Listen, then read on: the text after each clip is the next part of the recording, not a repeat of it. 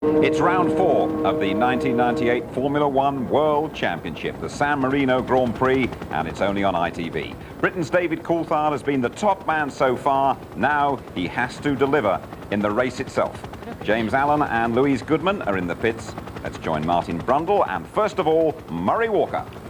Well, the good news is that Martin Brundle has joined me in the commentary box. I was visualising doing my first Grand Prix commentary alone for a long, long time. He's here, smiling, in good form, and so is everybody else. This is a super place to be for a Grand Prix. You've already heard that it's oozing with atmosphere, and it is.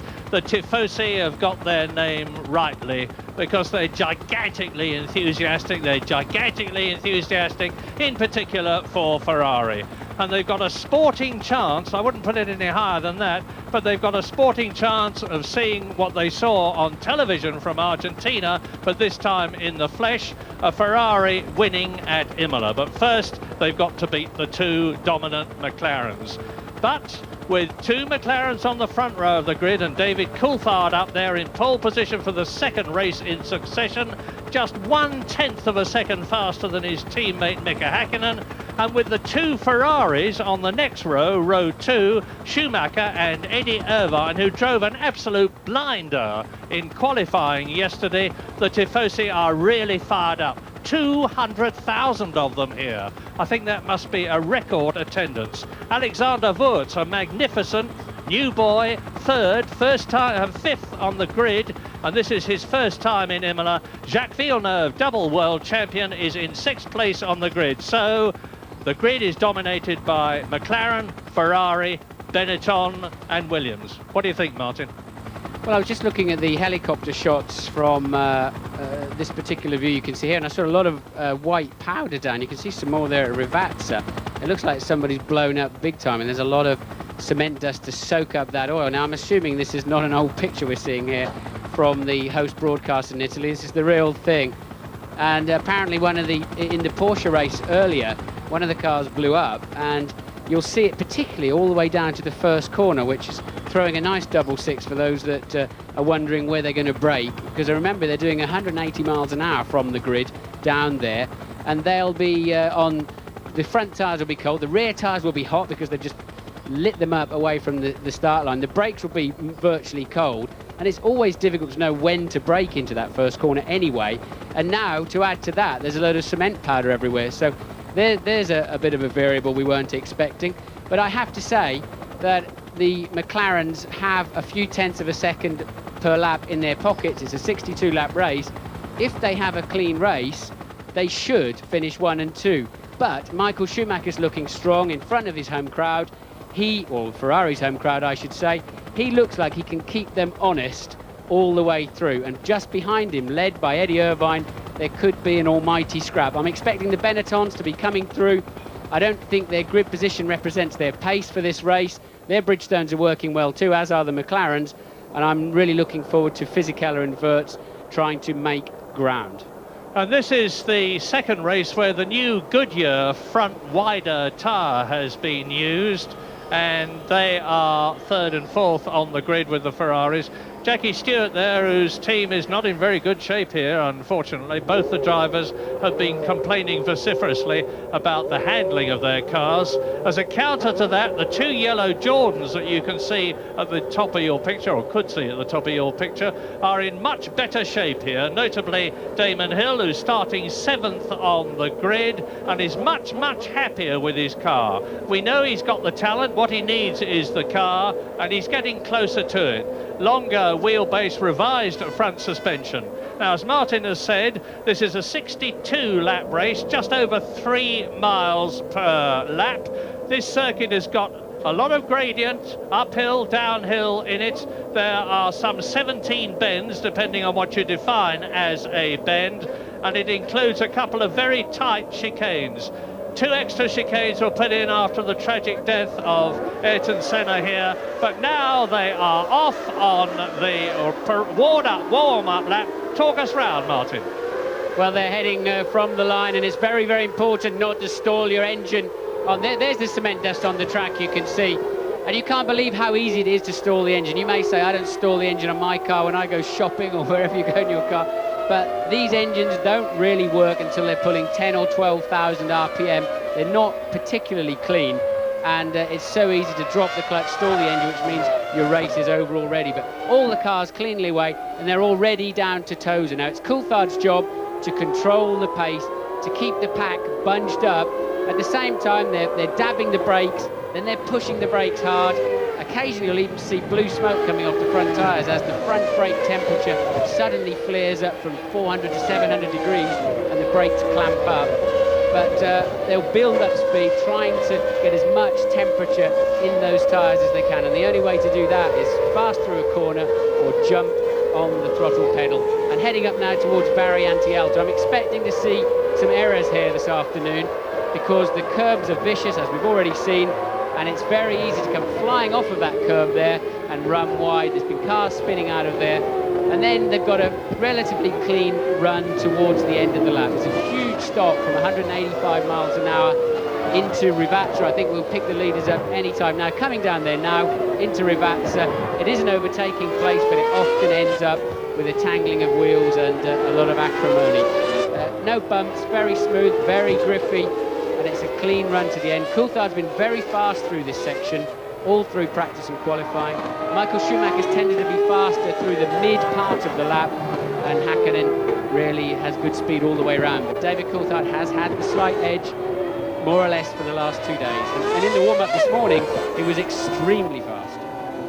And no doubt he will be in the race, but it's going to be a critical first corner as ever. Michael Schumacher, who is third on the grid, will be trying at minimum as we ride up to the grid from the nose of Eddie Irvine's Ferrari, starting third. And Michael Schumacher will be trying at least to split the two Benettons by the time he gets to the first corner, Tamburello. You may have noticed as they were going round that the two Ferraris for the first time have got the dreaded and appallingly ugly side pod mounted wings for extra downforce, and we hope they're going to be banned. The president of the FI intends to watch the lights when they'll go on one at a time, and then they'll all go out, and then the race will be go. So 3 on, 4 on, 5 on, and it is away. And it's a good start for David Coulthard, a good start for Mika Häkkinen. Jacques Villeneuve streaking up on the left-hand side. Schumacher darting about behind Mika Häkkinen, and Villeneuve is already up to 4th position. Good start in the Williams from 6th on the grid. So coming towards us, David Coulthard leads, Mika Häkkinen is 2nd. Then it is Schumacher, Villeneuve, Eddie Irvine has been pushed from 4th to 5th. That's a Stewart rear wing laying on the racetrack. Obviously, contact on the way out. There's a Jordan going slowly too. I think it's Damon Hill. There was some kind of contact into the Villeneuve chicane. I think it's more likely to be Schumacher because he was further back on the grid with the two Stewarts. Well, we'll soon see because it's McLaren, Ferrari, then Jacques Villeneuve, Eddie Irvine in 5th position. They're climbing up now and coming towards us to the very Alta on lap 1. There is Jacques Villeneuve 5th, 6th is Frentzen, 7th is Fisichella, and out of the race has gone poor old Rubens Barrichello. Well, he was very unhappy in qualifying and practice. He'll be even unhappier now.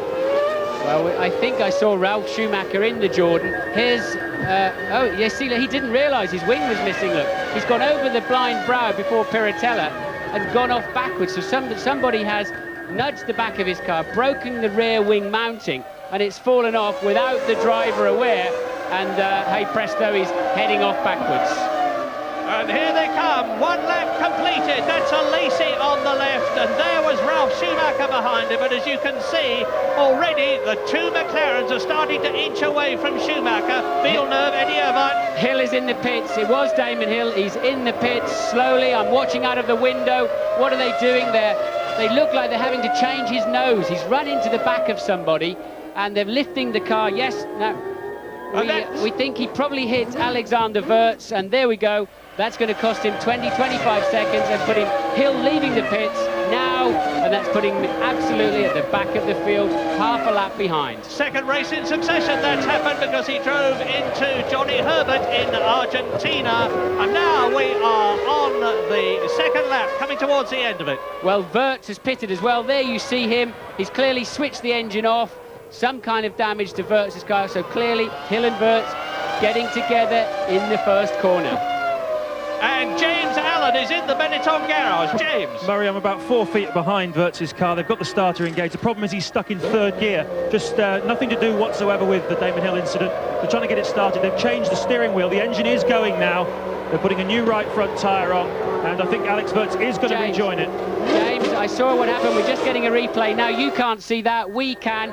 Obviously, Wirtz had some kind of gear selection problem off the line, and he had her coming together with Damon in a straight line. So that was the problem there.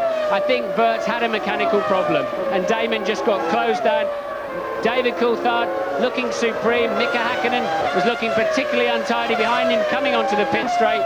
But it looks strong for the McLarens at the moment, but they're not walking away as fast as they were earlier in the season. No, Mika Hakkinen put his left rear wheel onto the grass as he came out of the right-hander at the Treguardo to start another lap. Jacques Villeneuve, they've been working hard on the handling of the Williams with a loose rear end, and here he is coming towards us. Fourth place, Eddie Irvine behind him. That is Heinz-Harald Frentzen, and there is Fisichella in 7th position with Jean Lacey, who's come up extremely well in the Sauber, in 8th position. And we're now on lap 3 out of 62. Yes, Villeneuve's had a great start. He rocketed past Irvine off the line. Hopefully he didn't jump the start. Coulthard got away incredibly cleanly. I just hope he didn't nip that green light, because David definitely got his car moving. He reacted faster than anybody else, but Villeneuve getting away well too, and as you rightly say, Lacey having a good start. Fastest man on the track, David Coulthard, 1 minute 31.6 on his second lap, and that compares with the lap record of 125.5 by Heinz-Harald Frentzen. You're looking at the very smooth, calm, deliberate David Coulthard, and you can see in the background that Michael Schumacher is giving nothing away, and the gap between him and Villeneuve is staying constant, as it is between Villeneuve and Eddie Irvine, and Heinz-Harald Frentzen is just about 2 seconds in 6th position behind Eddie Irvine 5th. So both the Williams are in the top 6, both the Ferraris are in the top 6, both the McLarens are in the top 6. The top 3 teams are fighting, but David Coulthard's got the race by the throat at the present minute.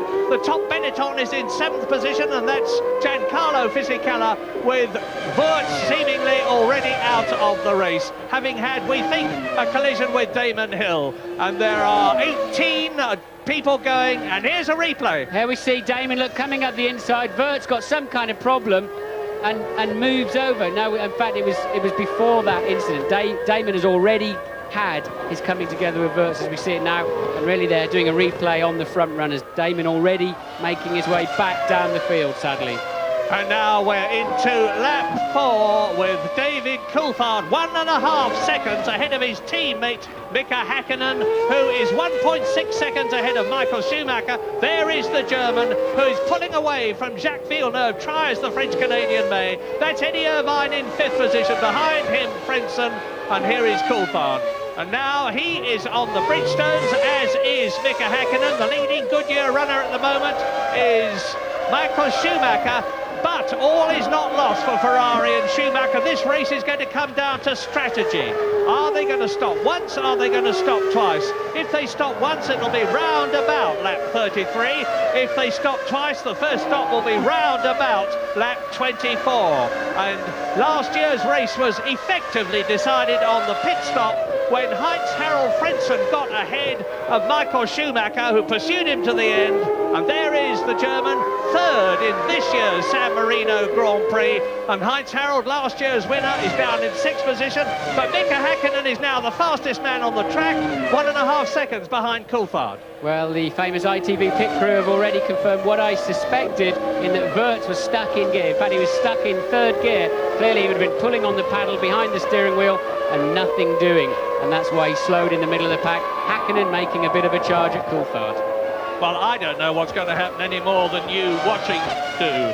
but my guess is that the McLarens are going to stop once and that maybe the Ferraris on the softer Goodyear tyres will stop twice, in which case the fact that Coulthard and Häkkinen are leading the race on a heavier fuel load than Michael Schumacher, who will be stopping twice if I'm right, is very significant indeed. You can see the gap now. There is Coulthard, there behind him is Mika Häkkinen, there behind him is Michael Schumacher, as David Coulthard goes through and completes his 5th lap into lap 6.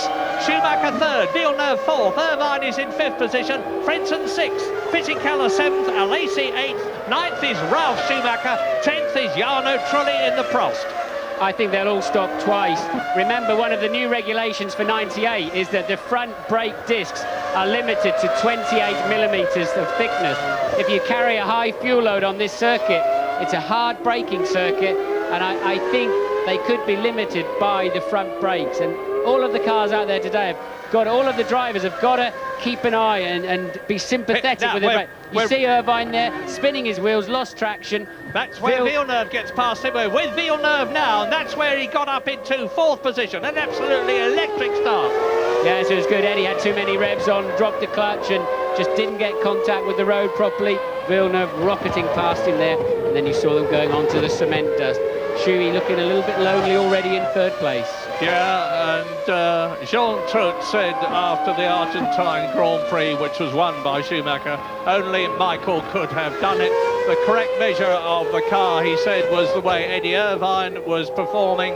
Irvine was in 3rd place, and you can see now that the McLarens are starting to dominate the race. We're on lap 6, roughly 1/10, 62-lap race, as Villeneuve comes into sight, and the 2 McLarens, who are now in effect driving in formation, go through into their 7th lap. David Coulthard goes faster again. The times are coming down all the time. 1 minute 30.3, so that's 4.8 seconds off last year's lap record, which was a speed of 130 miles an hour. But look how close it is behind.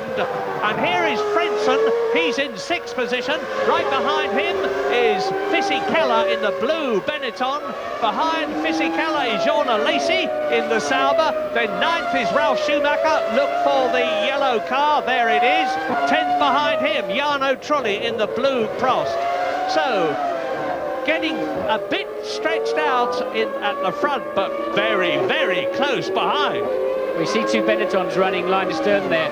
Wirtz is back in 21st place, so he's not a contender. Remember, he had that pit stop. Obviously, he's rejoined the track after they changed the steering wheel. The electronics were probably working again for him to get back out on the track with a functioning gearbox, but he is a lap behind. Now, the man to watch at the moment is Giancarlo Fisichella, the second of the 2 cars coming towards us. Behind Heinz-Harald Frentzen, it's my guess that Frentzen is holding him up, because Fisichella has closed right up on the Williams. The problem always, of course, is not so much catching the car in front, but getting past it, because their performance is virtually identical. They are all top-line drivers, or they wouldn't be in Formula One, and you've really got to pressure the man in front to make a mistake. That's what Alesi's trying to do to Fisichella. There is Fisichella, and that's what Fisichella is trying to do to Frentzen. Here he is, Frentzen, Fisichella, Alesi. Now, over the line, the leaders are on lap 8. That is Alesi. Behind Alesi is Ralf Schumacher, and Fisichella has a look as they come up to the chicane before Tosa, which they're approaching now. So, Heinz-Harald Frentzen, last year's winner, under real pressure. The Williams team are preparing new parts. They're hoping to be more competitive in Spain and even more competitive at Monaco. They've tried out last year's rear end of the car, found it worked better, and probably the new one will be an amalgam of that and new thinking. But anyway, Heinz-Harald Frentzen is really having his time cut out to keep Fisichella behind him. And let's remember, Murray, that Frentzen won the race last year for Williams, his first and in fact only win. Running wide there going into, that'll give Fisichella a run at him. Running wide there going into Acqua Minerale and through the exit. Fisichella couldn't make anything stick, but certainly he's making Harry Heinz have to very much work for his Sunday afternoon and looking a bit ragged with it. Yeah, young Fisichella, he's only 25. This is his third team because he started his career with Minardi. Last year he was in effect on loan to Jordan. Now he's with the Benetton team. His teammate Alexander Wurz, sadly, who's gone so well earlier this season, is not going well in this race. Indeed, he's not going in this race now. Barrichello is out, Wurz is out, Jan Magnussen is out, and here comes Frentzen. Fisichella, push, push, push from Fisichella. Round the left-hander, the Tambirello, up towards the Villeneuve chicane. This is it, named after Gilles Villeneuve, not Jacques, his son, and now Tosa.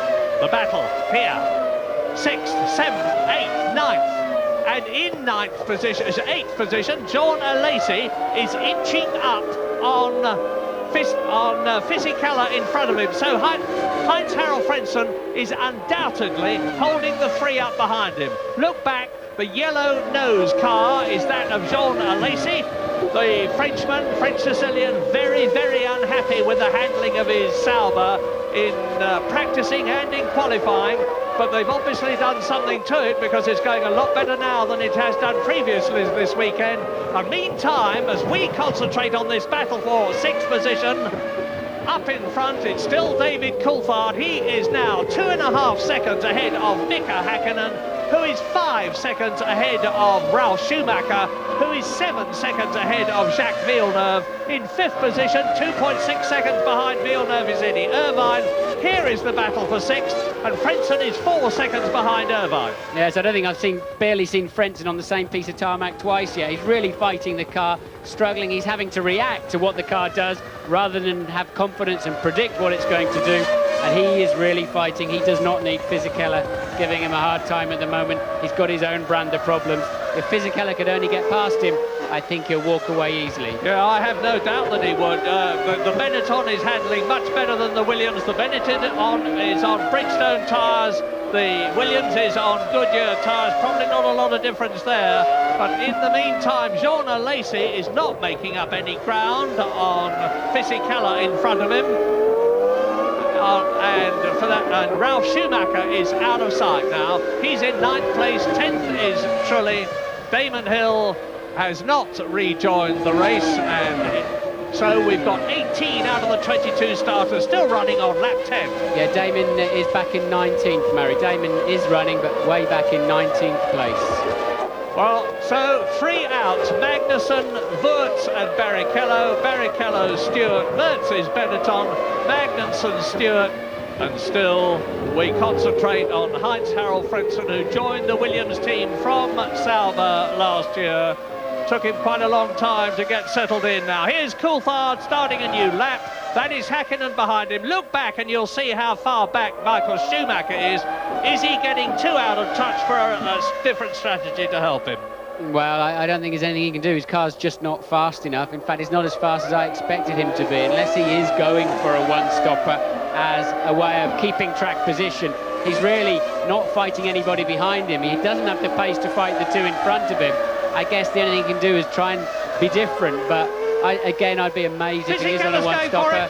Fisichella nowhere near enough, but at least it'll give Frentzen something else to worry about. Frentzen getting on the power and the back end sliding nicely, but Fisichella really harrying him. That's all you can do. If you can't cleanly get past, you can try and distract him and just keep moving your nose about. Let him have to look in the mirrors. That way he may miss his braking point, or he may get on the throttle a touch too early, and then that's your chance. Wurz is trying to mix it.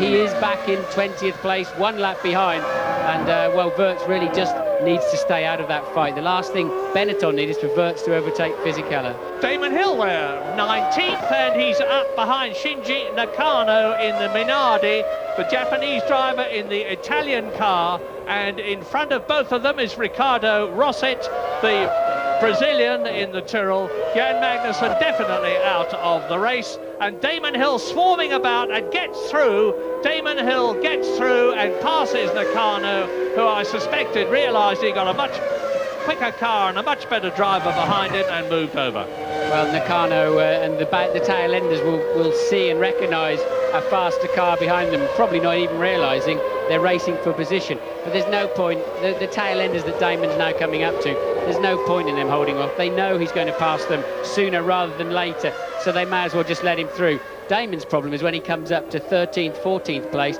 Panis, Salo and those kind of people, they're not going to let him through. They're going to understand they're racing for position. Here we are, Frentzen and Fisichella still at it, but having passed Nakano, Damon's next target is Ricardo Rosset, then Tuero. They shouldn't be too difficult. Pedro Diniz will be, and good news for Arrows enthusiasts is that Mika Salo, who's got the new and more powerful Brian Hart designed Arrows V10 engine here in the race, was second fastest in the warm-up, and they swear that they were not running on a low fuel load, and he's in 12th position, and what's more, he's still running on lap 12. Good news, because Arrows, like Stewart and Prost, have had massive troubles with their carbon fibre gearbox. Well, maybe what Fisichella should do is let Wirtz past, and there's Damon going for another one on the outside of, he's on a charge, isn't he? I'd love to see that.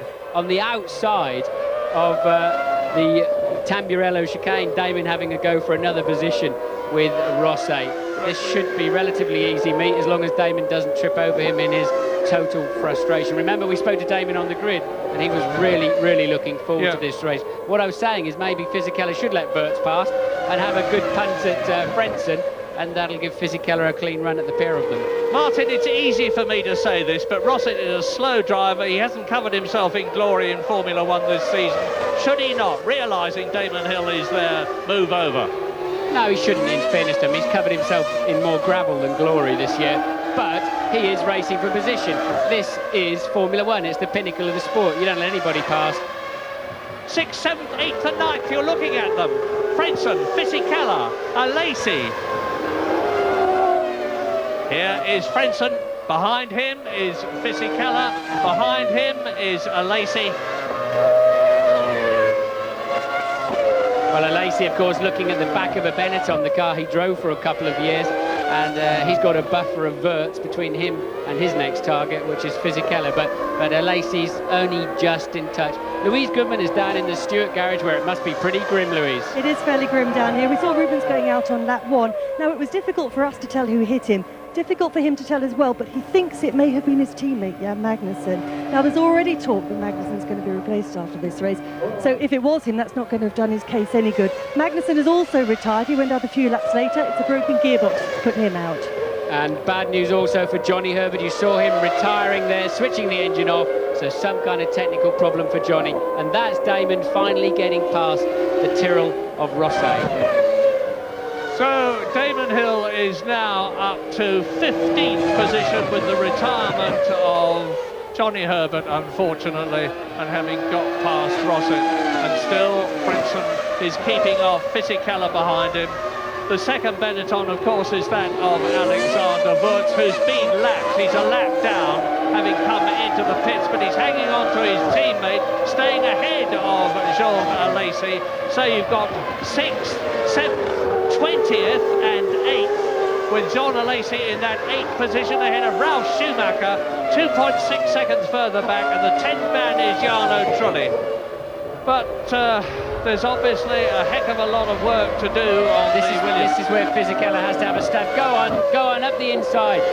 Now that's his only chance. You can't overtake into Tamburello or Villeneuve. The entry speed's too high. It's got to be into a slower second gear corner where you have a bigger braking area. And I thought Fisichella had his best chance of the race, but in fairness to him, he was still quite a long way back. It's so difficult to follow the car in front closely through 100-mile-an-hour chicanes. You get a dirty air coming off the back of his rear wing, and it's turbulence over your car. Your car's working less well, just as you need a little bit extra. But at the front, you're not seeing much of the McLarens because the producer is concentrating on this battle for 6th position. It's the action on the track. But the McLarens are victoriously out there. They're on their 15th lap out of 62. David Coulthard is now 4.5 seconds ahead of Häkkinen. And in 3rd position, it's Michael Schumacher as we go to a break. Und Ralf Schumacher sehen wir hinter Jean Alesi auftauchen. Und dass wir in der Auftauchung sind, bestätigt uns jetzt auch der Computer. Denn Ralf Schumacher ist jetzt die letzten 2 Runden jedes Mal schneller gewesen als Alesi. mit einer 1:31,9 und davor mit einer 1:31,7. Zum Vergleich dazu Alesi jetzt zuletzt 1:32,5.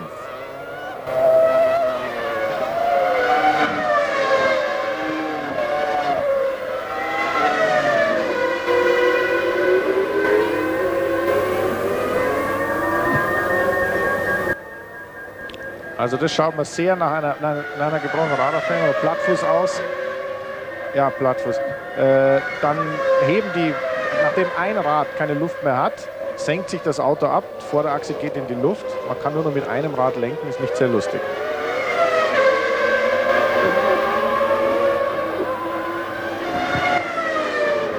Und Johnny Herbert ist halt auch mittlerweile ausgestiegen, also damit nach Magnussen der Zweite aus dem Rennen. Der Dritte, denn wir haben ja auch noch Rubens Barrichello gehabt, also 3 sind draußen. Der letzte und 19. im Feld ist Alex Wurz. Ja, aber dafür trotzdem gutes Tempo mitfährt, nämlich das von Fisichella und Jean Alesi, denn zwischen den beiden ist er ja eingeklemmt. Wenn man so wie der David Coulthard ein Rennen dominieren kann, hat man natürlich auch ein bisschen mehr Zeit, darüber nachzudenken, wie man denn am besten fährt. Und das ist immer das Schlimmste, weil am angenehmsten ist es für einen Rennfahrer immer, wenn er mit Rennfahren beschäftigt ist, einfach nur mit Gegnern und später bremsen und ich möchte jetzt vorbeikommen am anderen. Wenn man so allein vor sich hinfährt, hat man manchmal einfach ein bisschen zu viel Zeit, war zumindest meine Erfahrung immer. Aber der David macht es im Moment zumindest noch bravourös. Lap 16 out of 62 at Imola for the San Marino Grand Prix. Sadly, Johnny Herbert out of the race in the Sauber with, we suspect, broken suspension. David Coulthard is steadily increasing his lead over Mika Häkkinen as you watch Jacques Villeneuve really sliding the Williams, and that's Eddie Irvine behind him. The gap was 2 seconds, but it'll be a bit closer than that now. Coulthard leads Häkkinen by about 7 seconds. Schumacher is 9 seconds behind Coulthard and catching Häkkinen. That's interesting. Villeneuve is 4th, Irvine is 5th. Heinz-Harald Frentzen is in 6th position. And the rest of the top 10, Fisichella, Alesi, Ralf Schumacher, Jarno Trulli. Damon Hill is down in 15th position. And 6th, 7th, here they are. 8th is Alesi in the yellow-nosed car, because the second blue one is the Benetton of Alexander Wurz, who's actually been lapped due to a long pit stop, but he joined where he is now, and you can see that he's keeping... Oh, and that's Schumacher passing Mika Häkkinen. Michael Schumacher passes Mika Häkkinen, who's obviously in trouble. And this is the World Championship leader. Mika Häkkinen, who's leading the World Championship, is touring. Yes, Häkkinen had a problem on the previous lap, lost 2 seconds, and clearly whatever that problem was has come home, and obviously it's not an engine problem, it must be either a brake problem or a transmission problem. Well, we know he had brake problems in the warm-up, he had boiling brake fluid, but this transforms the World Championship situation, or could do, because when this race started, Mika Häkkinen was 12 points ahead of Michael Schumacher. Now, if Schumacher can finish in 2nd place or even win this race, he's going to really eat into that gap between himself and Mika Häkkinen. And Schumacher is ahead of David Coulthard, and Mika Häkkinen goes into the pit lane now, as you see the Williams of Jacques Villeneuve move up into 3rd place. Now, let's see. And I don't know if Coulthard had a back marker on that last lap, but he also did a time 3 seconds per lap slower than he's been running so far. So, David, maybe they've radioed... He's out. Maybe they've radioed to David to slow down or something, because David lost a lot of time on the previous lap. I hope he doesn't have the same problem. No points for Mika Häkkinen, and Michael Schumacher is now 16 seconds behind Coulthard and catching him. Yeah, but Coulthard, look, there's 2 slower cars behind him. I think Coulthard probably had to lap somebody. Now, Mika is very, very hard on the brakes. I don't know if it is a braking problem he has, but Mika attacks the braking areas stronger than anybody else. And there's a car off. Somebody off. Let's see what's happened. You see the marshal running, looking back. Come on, let's have a look at more of the track. Look at the crowd. Look at where they are looking. Why can't we see it? Well, there is David Coulthard now, coming through to complete his 18th It's lap. Fisichella. It's Fisichella is off Fisichella's the gone road. off. Fisichella's gone off, apparently. We haven't seen it, but Fisichella, who was in 7th position, has apparently gone off. There he is. There's the Benetton. It's gone off backwards. You can see them rolling his rear wheel.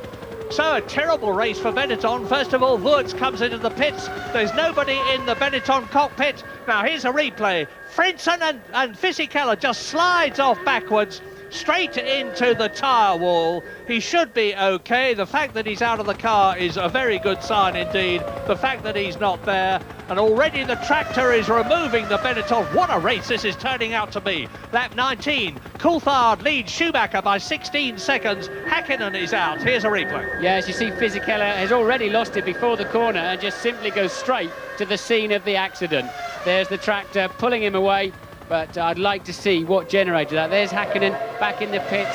An early shower for Mika, the first major disappointment he's had this year so far. Now we're on board with Fisichella. Look, coming down into the no, in fact, we're on board with Wurz. It's the Villeneuve chicane. He's lost it on the way into the Villeneuve chicane and straight in the wall. Now James is down in the pits, in the McLaren pits. Yeah, very disconsolate, Mika Häkkinen, wondering about. The engineers are all looking at the telemetry, but I've been told it's a gearbox failure, Martin. Well, it has to happen sometime. Very few mechanical devices work perfectly forever. Mika won in Australia, he won in Brazil, he was second in Argentina, and Louise has got Johnny Herbert with her. Oh, Johnny, I thought after South America your luck might change. It doesn't seem to be the case. Yeah, well, it's a bit frustrating once again.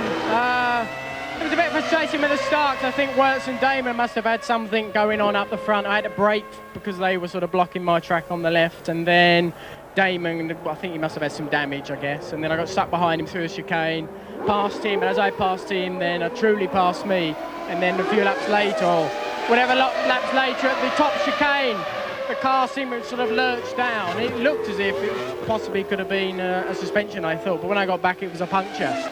Bad luck. Okay. And while you were talking, Alexander Wurz has retired. We've seen him pull off the track. So both Benettons are out of the race on lap 20. And Michael Schumacher is continuing to catch David Coulthard. That's Pedro Diniz out. There is Alexander Wurz. And already Herbert Magnussen and Barrichello were out. Now this race has still got a long, long way to go. We're on lap 20. That's only about 1/3 distance. And that was Wurz's trouble. A blown Mecachrome engine. That's the same engine. They call it a Playlife, but it's a Mecachrome. And it's the same engine that is in the Williams of Heinz-Harald Frentzen and Villeneuve. See the marshals, they can't resist squirting their fire extinguisher all over the cars. It's their moment of glory. It takes the mechanics about 3 days to clean the cars up after that. Now look at Eddie Irvine in the Ferrari. He's fourth and he's right up with Jacques Villeneuve in third position. The gap between Villeneuve and Schumacher, who is second, is some 18 seconds. But now Coulthard on lap 21, the fastest man on the track, is leading Schumacher by 15 seconds, and he's consolidated his lead as we watch the battle for third. We're into the two-stopper territory, really. 20 laps onwards. I think even if they are two-stopping, several of the cars will make a longer first stint, and that way you can always transfer to a one-stopper if your track position dictates that. But clearly there, Irvine getting on a charge and giving Jacques Villeneuve something fresh to think about. Coming up to Tosa, the left-hander. Villeneuve first is chasing Villeneuve through the Villeneuve corner, named after Villeneuve's dad, of course. And Eddie Irvine has been driving very, very well all weekend, is suddenly getting in the groove. Fourth on the grid for the San Marino Grand Prix, and of course he was third in Argentina. And Eddie really reacted extremely well to these new side pod mounted wings on the Ferrari. He's been doing all the testing, and it wasn't until yesterday that Michael Schumacher used them. As into the pits comes Tiger Takagi in the Tyrrell. We're on lap 21. David Coulthard has gone faster again because he's just gone round in 1:29.5. That's exactly 4 seconds slower than last year's lap record, and it's significant that here at Imola, the narrower cars and the groove tyres have resulted in the cars going slower in comparison to last year than they have at any of the previous 3 circuits. And in comes the Minardi now of Shinji Nakano, who's in 14th position.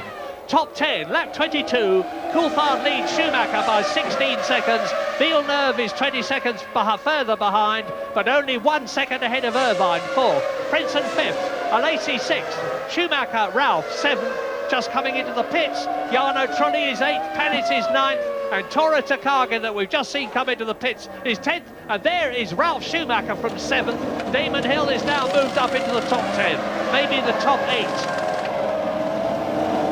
Very calm Now, pit this stop is there. the 2-stop strategy that the Jordan is on. Yes, it is. You saw on the lollipop it says in gear. That's to tell them that the rear wheels are on, because there's a clunk as they put it into gear. And the other side of the lollipop says brakes on. It looks like no brakes when they turn it over, but it says brakes on, so that when the mechanic goes on with the wheel and the new wheel nut, he's got a still wheel spindle to have a go at. So the driver has quite a lot of systems to go through while he's sitting there patiently waiting for his new set of boots. Well, they say that what goes...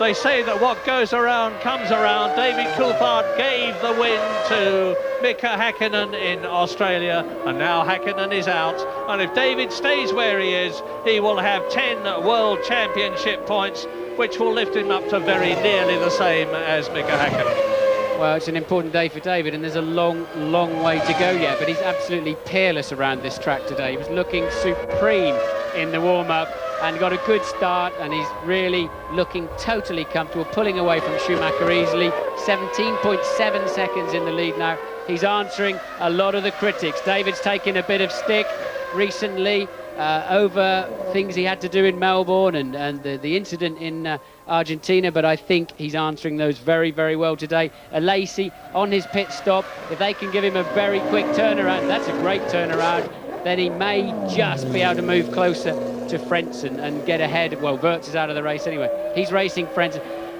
James has some details about Wirtz, actually. Yeah, it's been a rough day for Benetton, Martin. Alex Wirtz, as I said at the beginning, stuck in 3rd gear since the start, and that's collision, of course, with Damon Hill.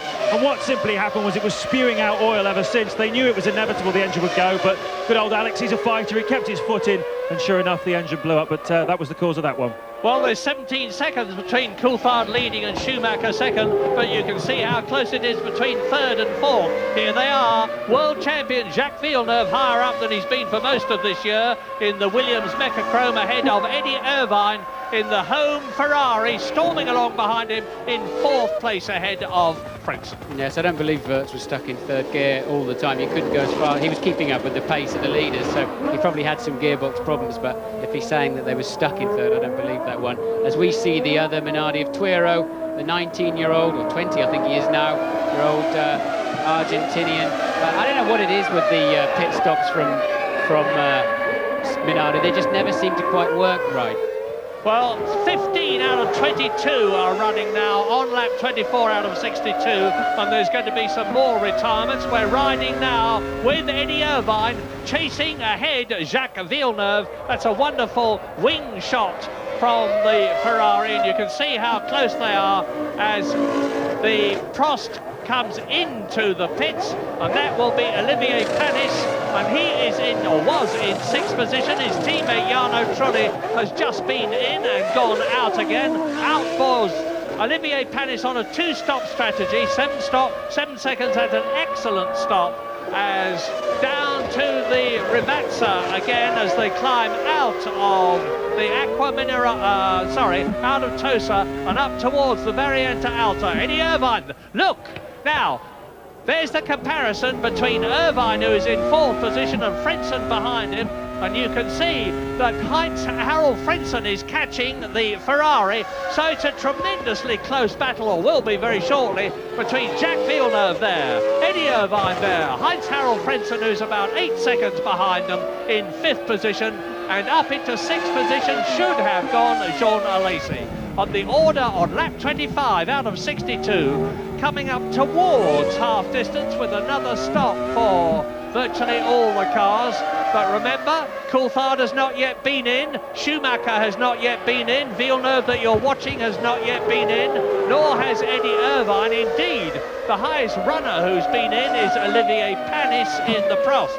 Lovely power slide there from Eddie Irvine, suggesting his rear tyres are getting a little bit second hand, but they're getting very, very well into the, or almost past the two-stop window. So that long first stint, and well, they're going to surprise me if they all end up one stopping, but no sign of anybody in the pit lane for Ferrari or Williams. No, the top 5 have yet to come in. We're on lap 25, and a one-stop strategy would start bringing them in round about lap 33. Damon Hill comes in from 9th position, and he was only 2 seconds behind Panis. You saw the man holding his arm out. That is for Damon to be able to see where to stop his front tyre. You can't see the lower part of your own front wheel, so they hold their hand out and say, this is the point to stop, because that's where all the wheel guns are ready to go straight onto the wheel nuts. If you move away a few centimetres from that, you slow down your own pit stop. James is in the pits with yet more news. Fascinating game going on here, Martin. Schumacher last time round was given the pit board to come in, but they hid it from the McLaren team who are behind them. In other words, they couldn't see the front of the Ferrari pit board. Now they've just clocked the fact that Schumacher's coming in and all hell's broken loose on the wall at McLaren. Ron Dennis is having a good look at this. The Ferrari mechanics are out. Michael Schumacher coming in very soon. The lost time here is 20 seconds. That's how much time he'll lose when he comes in compared to what time he would have done if he'd stayed out on the track. So you make your calculations from there, Martin. Well, I know some of the teams have got moles in England watching ITV because they can pick up information there that they can't get from the tracks, amazingly enough. And we're on lap 26 now as you watch the third place man, double world champion Michael Schumacher, 20 seconds behind David Coulthard, who's very rapidly getting towards a situation where he can come in and make his stop and still retain the lead. Well, remember the Goodyear runners are on the softer tyre. That's triggered it now. Williams and McLaren are both ready in the pit lane, and now they're bringing Coulthard in. They may as well bring him in, but I think his tyres could do the first stint completely. But there's other factors, as we've already mentioned, the brakes, etc. They've reacted. He's got a 20-second lead. He may as well stop. Nice and calm, David. Nicely done. That's going to keep you in the lead of the race. No time on the screen, unfortunately, but it looks and Schumacher's pretty good. Coming in. Shimmy in the pits.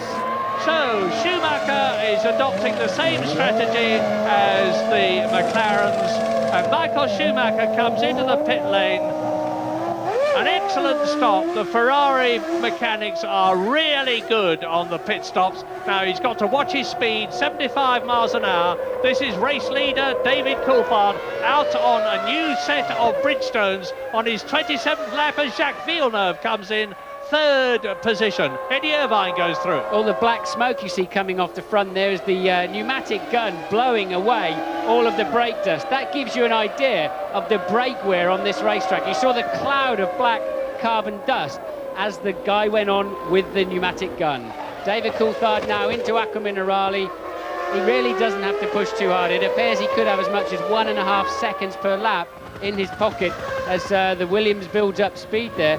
And it was a long time building up, so I don't know why he was going so slowly all the way down to Tamburello. But there's the Ferrari pit. That must be That'll be for Eddie Irvine. Eddie Irvine will be coming in the lap after his team leader. And Villeneuve is balked there by, guess who, Ricardo Rosset. Yes, that was the bit I was telling you about. I don't really know why Villeneuve was so slow down to Tamburello, but anyway, that allowed some back markers to get past him, but he's put that right very quickly. Yeah, Rosset's having his own fight, of course, because behind him he's got Shinji Nakano, the Japanese driver in the Minardi. So Rosset was fighting to hold his 14th place as Villeneuve came up to lap him, having already gone past Nakano. 15 of the 22 left. Diniz is out. Hakkinen is out with a gearbox problem. Fisichella is out, Wurz is out, Herbert is out, as are Magnussen and Barrichello. Irvine into the pits. Now Eddie Irvine comes in from 4th position, and he was 10 seconds ahead of Heinz-Harald Frentzen. it's going to be a very close run thing, but I'm watching the track while you're watching the screen, and I'm waiting to see if Frentzen gets through. Irvine coming out of the pit lane now. Frentzen is in the pits. Frentzen has come into the pits, so the status quo is maintained there to the delight of the Ferrari crowd, or rather the Italian crowd in front of me, who are happy to see Ferrari doing well. They're second and third at the moment. Coulthard leads, Schumacher second, Irvine third, Frentzen fourth. Villeneuve down to fifth position with that pit stop. Here he is coming towards us. And in sixth place is Jean Alesi. And it's time at San Marino, Imola, for a break. Vor David Coulthard, dahinter Michael Schumacher. Noch ein Wort zu dem Tankdeckel. Das ist hoffentlich nur die Verkleidung, die offen ist. Es ist also nicht so, dass dort Benzin rauskommt. Normalerweise ist dort ein Ventil. Dieses Ventil schließt automatisch, wenn man den Tankrüssel rauszieht. Nur die Klappe ist dann für die Aerodynamik die Verkleidung und die geht dann automatisch zu. Es ist also zu hoffen für Jacques, dass er da eigentlich eher ein optisches als ein technisches Problem hat. Michael Schumacher ist jetzt wieder über die Linie gekommen. 22,7 Sekunden der Rückstand und Tom Walkinshaw kommt da selbst und schaut nach, was da wieder schief geht. Dinitz, sein erster Mann, ist ja schon draußen und jetzt auch Probleme bei Salo. Ja, hat fast ein bisschen nach einem Missverständnis ausgeschaut. Vielleicht hat ihm irgendeiner über Funk irgendetwas erzählt und bei der Gelegenheit hat er ganz vergessen zu schauen, dass er eigentlich wieder losfahren sollte. Oder er hat auf ein Signal über Funk gewartet, dass er losfahren soll. Ralf Schumacher hier an 7. Stelle auch schön vorgekommen und jetzt vor Oliver Panis. Oh, das ist schön eng. Und mittendrin im Getümmel ist Heinz-Harald Frentzen, jetzt vorbei am Minardi. Und vor ihm ist Jean Alesi. Es waren jetzt alle in der Box, also wir haben ein wirklich bereinigtes Klassement mit Coulthard, Schumacher, Michael, Eddie Irvine, dann Villeneuve, dann Jean Alesi, Heinz-Harald Frentzen auf 6 und Ralf Schumacher auf 7. Also alle haben jetzt regulär ihre Stops hinter sich. Salo auf Platz 10 und Damon Hill auf Platz 11 waren sogar schon zweimal in der Box. Bedingt durch Probleme zu Beginn des Rennens. Und wenn Sie sich jetzt wundern und denken, ui, ist da das gleiche passiert wie in Argentinien, ist da dem Prost ein Flügel weggeflogen, das haben wir ja in Argentinien bei Jean Alesi gesehen, da müssen wir sagen, nein, das ist Absicht, denn diese Konstruktion oder diese Technik mit einem Flügel hier zu fahren, haben sie heute Morgen im Warm-up ausbaldowert und ausprobiert. Ja, also der Prost. Off distance and out of the race goes the looks like a Minardi. I think it's the Minardi. It's the Japanese guy. It's Nakano. It's Nakano who is holding people up, but he's out of the race now. But on lap 30, here's what happened. Oh, well, major engine blow up, and you just see Heinz-Harald Frentzen there. Yes, the pistons are having a little talk with the valves in that engine, and the net result is there the oil gets mixed with the water and the spark, and up it goes. Well, that's a nice one, isn't it? That's an oil fire. That's not a fuel fire. That's an oil fire, and you'll see it going out quite quickly. Now, there it is. I mean, my immediate reaction, Martin, is if that doesn't clear, they'll have to bring the safety car out and slow the whole race up. I'm winging it a bit on this, but I think it was between Acqua Minerale and Variante Alta on the straight, off the racing line, and he pulled it away from the racing line. So there might be a bit of rubbish on the track, but I don't think they'll be throwing any safety cars for that one. Riding with Frentzen, who's lost his place to Jean Alesi after a superb pit stop from the Sauber people. That's Alesi ahead of us, lap 31. This is half distance, and Coulthard leads Schumacher. Third is Eddie Irvine, so Ferrari's second and third, and the Italian crowd will be praying for Coulthard to break down, and James Allen has got Alexander Wurz with him. Alex, a real heartbreak for you. You thought a podium might be on today, but obviously a lot of problems. Yes, I mean, at the start, I went away good. I thought, okay, I'll catch the and maybe Michael. But then I wanted to up-change the gears, and I was stuck in first gear, so I had to drive the whole lap in first gear. Came in, changed steering wheel, and then I went out and carried on. I just wanted to finish the race. I mean, no more points would have been possible. But just race finish, and then the engine blow up. What happened with Damon Hill? You had contact, right? I don't know, but I was on first gear, and I drove down in the middle of the field in first gear. and this was very scary, but I couldn't up change. I don't know if I contacted him. Bad luck, Alex. Well, you saw Mika Salo in the pits for the second time. They didn't get the fuel in first time around. They obviously had some kind of fuel rig problem. As Panis goes up the inside of Ralf Schumacher for 7th place. Panis, a nice move. That's a very difficult place to overtake, and a nicely carried out move there by Panis in his Prost Peugeot on the Bridgestones, of course, slithering up the inside of Ralf, who really couldn't do anything about it. Well, if David Coulthard wins this race, he will be second in the World Championship. Just stop, Murray, stop. Don't talk about him winning the race. I said if he wins it. I'm always very careful, Martin. All right, I'm starting, so I'm finished. We'll talk about if Schumacher finished second. He'll be just 2 points behind. And if Michael Schumacher finishes in second place, it's going to be a tremendously close fight at the top of the Drivers' Championship. And of course, the fact that McLaren is out means the maximum points that the team can get in the Constructors' Championship today is 10 points. Whereas Ferrari at the present moment, with Schumacher that you're watching, who's in second place, and Irvine, who is in third place, are also on a team 10 points.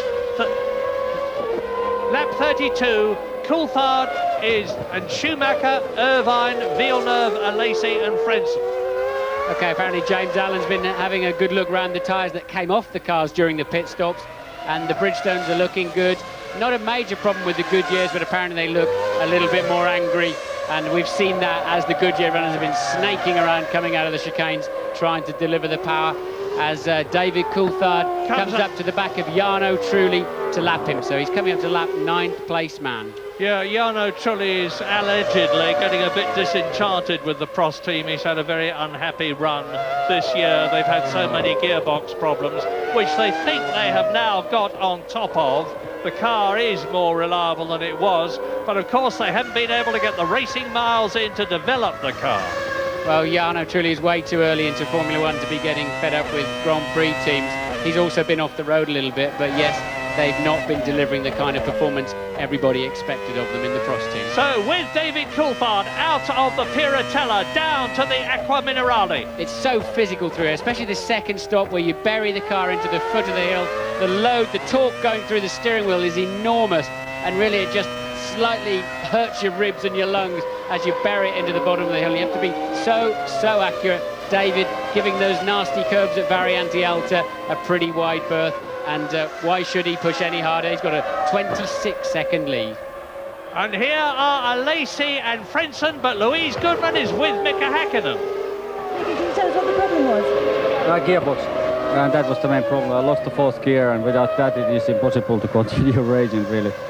So obviously you can imagine I'm very disappointed, but I guess I have a lot of experience in my career to have situations like this, but it happened, so nothing what I can do now. Well, a very philosophical Mika Häkkinen, who's got the consolation of knowing that whatever happens, he's going to be leading the World Championship when they go to the next race in Spain on May the 10th. And chasing hard now is Heinz-Harald Frentzen in the red Williams, trying to get to grips with Jean Alesi in 5th position in the Sauber. These are they. I thought that was a very mature response there from Mika. He's been driving brilliantly all year, deserves to be leading the World Championship, and I thought that's the only response you can have. You know, in 16 Grand Prix, in 3 or 4 of them, you're going to have an error, run into a back marker, a couple of mechanical failures as a normal season, and when it happens, you just have to look forward to the next race. Well, it just shows that nobody, no individual, no team is invulnerable. Even McLaren have been going as well as they have done this year. Heinz-Harald Frentzen exits the Traguardo and starts now his 34th lap, going round the Tamburello up to the Tamburello chicane behind Jean Alesi. Alesi really has worked wonders, or his team have, with the car. He was moaning about it yesterday, walking around with a face like a fiddle. This is the man who was 5th in Argentina and is 5th here. I've been trying to work out when and how Eddie Irvine got ahead of Jacques Villeneuve for the 3rd place. We haven't seen it on the TV. I see nothing on the computers. I can only assume it involved the in-lap to the pit stop, the pit stop itself and the outlap. We did see Jacques getting caught up in those back markers, and I think that's flip-flopped Eddie Irvine up into third place. Now, funnily enough, Eddie Irvine was saying yesterday when he qualified fourth on the grid, it takes a lot of the pressure off me here. I wouldn't have thought he was under pressure. At Ferrari, he's gone very well. Well, he's under pressure to do a good job, and alongside Michael Schumacher, he got the Ferrari on the second row of the grid, did everything that could be expected of him, and he's driving beautifully, and obviously Eddie has responded well to that. We're going to take a break. Der David Coulthard befindet, einfacher zu lösen. Denn er hat so kompromisslos dadurch. Richtig, er kann sich das ein bisschen, ich würde sagen, gemütlicher angehen, aber er hat mehr Zeit, er muss kein Risiko eingehen einfach. Heinz-Harald Frentzen mit Jean Alesi im Blick und Olivier Panis, der sich da vorhin sehr schön spektakulär Ralf Schumacher gepackt hatte, ist dem jetzt schon ziemlich deutlich davon gefahren. Also jetzt Vorsprung von Panis auf Ralf Schumacher schon 6,4 Sekunden. Allein in der letzten Runde hat Panis 1,2 Sekunden auf Ralf Schumacher gewonnen.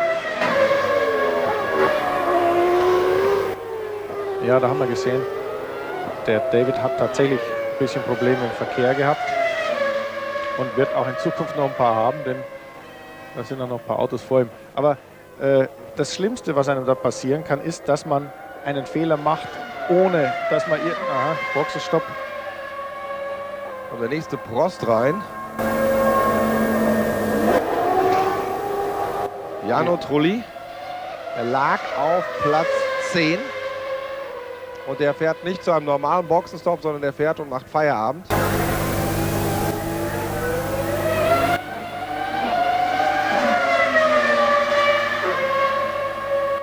Das ist, glaube ich, auch immer für die Mechaniker ein ganz blöder Moment. Bei vielen tut es auch richtig weh in der Geldbörse, denn viele haben ja auch Verträge, wo sie Punkteprämie kriegen, aber auch so. Hier noch ein Wort zu diesen Ausflügen über die Kiesbetten. Ich meine, da kann natürlich schon allein kaputt gehen an so einem Auto. Man hat den Kies ja geändert. Also das ist eine andere Qualität Kies als früher, so dass die Autos zwar abgebremst werden, dass man aber nicht gleich völlig drin versinkt, solange man einigermaßen gerade drüber kommt. Also wenn man quer reinfährt, bleibt man stecken, kommt nicht mehr raus. Wenn man so wie Jarno Trulli einigermaßen weiterkommt, hat man als Fahrer noch die Chance, aus dem Kiesbett wieder rauszukommen. Lap 37 out of 62, you are watching David Coulthard coming up to Olivier Panis, who is in 7th position, to lap the Frenchman. And Panis's teammate, the Italian Jarno Trulli, has just retired his Prost after running off into the gravel trap at the Rivazza. And Panis moves over at Tosa, lets David Coulthard through. So David Coulthard, the race leader, on his way, he certainly hopes, and so will thousands of people, to another Grand Prix victory, has now lapped everybody up to Heinz-Harald Frentzen in the Williams, who is in 6th position. 5th is Alesi, 4th is Villeneuve, 3rd is Eddie Irvine in the Ferrari, 2nd is Michael Schumacher, who is 25 seconds behind race leader Coulthard that you are looking at. David Hill's having a brilliant drive. He's only 7 seconds behind his teammate Ralf Schumacher back there in 9th place. Remember, on the first lap, had that coming together, had a long pit stop, put him at the back of the field. A great charge from Damon Hill. Yeah, and it's very, very interesting to compare lap times. Damon Hill's last lap time was about 1 minute 32, which is up with most of them except the top leaders. David Coulthard has just gone round in a 1 minute 29. So the Jordans have made a lot of ground, but they've obviously still got a lot of ground to make up as Schumacher sails over the hill, and appropriately into the pits comes Ralf Schumacher, 8th, and Louis Goodman. Yeah, Ralph's coming into the pits. He wasn't actually due in here until lap 42. He's had to come in early. Now, the reason he's come in early is because the fuel flap on the side of the car had come open out on the track. Now, correct me if I'm wrong, Martin, but I think the regulations say that that flap has to be closed at all times when the car is out on the service. That could give us a problem later on. Well, we have seen them in qualifying flapping around. It's the first time we've seen it in the race, and I have to confess I'm not aware of that regulation.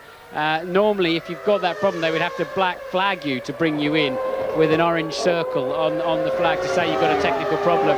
That hasn't happened. Maybe the team brought them in before the stewards did. This is Eddie Irvine into the Tamburello at 175 miles an hour, through the chicane, down to 70 miles an hour left. Then the speed builds up again to another 175 miles an hour as he goes into the Villeneuve chicane, and the Tyrrell mechanics are waiting to bring in either Rosset, who is in 12th position, or his teammate Tora Takagi, who is in 10th place. So one of the McLarens is running, Coulthard. Both the Ferraris are running, 2nd and 3rd. Both the Williams are running, 4th and 6th. Both, only one of the Salvers is running, with Johnny Herbert out of the race. Only one of the Prost is running, Olivier Panis in 7th position. Both the Jordans are running, Schumacher, Ralph 8th, and Damon Hill is in 9th position. Both the Tyrrells are going. One of the Minardis, Tuero, with his teammate, is out of the race. And that is it. 13 out of the 22 cars and drivers who started are still running. We're on lap 39, coming up towards 2/3 distance, which, as near as makes no difference, is lap 40. Ricardo Rosset exits the pit lane at 75 miles an hour, and coming towards us is second place man Michael Schumacher on 6 potential world championship points for Ferrari. Yeah, Schumacher's slightly faster than Coulthard the last 2 or 3 laps, but David is working his way through the traffic. So not only is David 23.9 seconds ahead, he's 4 or 5 cars as well, which is very significant. Well, Ferrari have been chipping away. They're the only team that are really competitive to McLaren at the moment. Sadly, Williams have not been this year. Sadly, Benetton, who were very close, are not competitive in this race with both their cars out. Fisichella and Wurz some time ago, and Jordan, for that matter, of course, have still got a heck of a lot to do, although they're going much better here. Back with Eddie Irvine. This is Irvine running wide into and across the grass. I don't think there's going to be any harm done here. We haven't seen the net result of this, but Irvine running wide into the Tamburello chicane. The Ferrari team watching anxiously. Damon Hill there going through. That's not for position because Salo's had a couple of pit stops. Michael Schumacher now putting on a charge. He's obviously realised the only way to win this race is to try to put David Coulthard under some kind of pressure, and he's now taking 3/4 of a second a lap away from David. David clearly can go a lot faster, and now he's going to have to get back on it again. Now, Michael Schumacher has got a problem, of course. He's got to get past Mika Salo to lap him. Salo should move over. He's an experienced driver, and he does so, and lets Michael Schumacher through. Good bit of driving, that.